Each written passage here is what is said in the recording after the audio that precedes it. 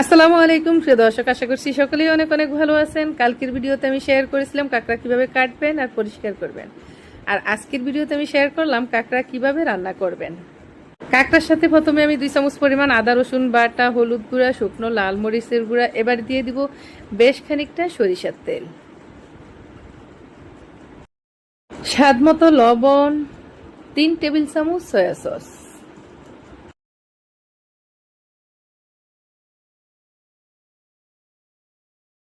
এক টুকরো লেবুর রস। এই ইনগ্রিডিয়েন্টসগুলো দেওয়ার পর এবার ভালো করে মাখিয়ে কিছুক্ষণ ম্যারিনেট করে রেখে দিব। এবার চলে যাব রান্নায়। ফ্রাই প্যানে আমি বেশ খানিকটা সয়াবিন তেল দিয়ে দিলাম। কাঁকড়াটা প্রথমেই ফ্রাই করে নিব, আর ফ্রাই করার জন্য কিন্তু সয়াবিন তেলটাই পারফেক্ট। সুন্দর করে উল্টিয়ে পাল্টিয়ে নেড়ে চেড়ে সুন্দর একটা কালার করে ভেজে নিলাম।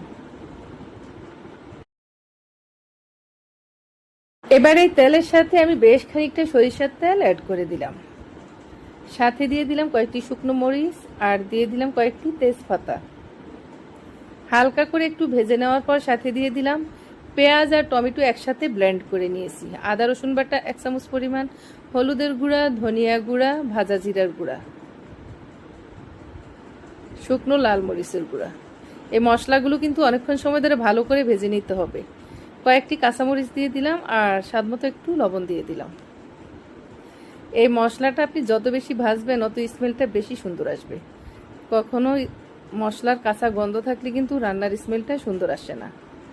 মশলাটা কিছুক্ষণ ভেজে নেওয়ার পর এবার আমি সাথে ভেজে রাখা কাঁকড়া দিয়ে দিলাম। মশলার সাথে ভেজে রাখা কাঁকড়া কিছুক্ষণ কষিয়ে নিব, আর ম্যারিনেট করে রাখার পর কাঁকড়া থেকে যে একটা ঝোল বের হয়েছিল সেই ঝোলটা আমি এখানে অ্যাড করে দিব।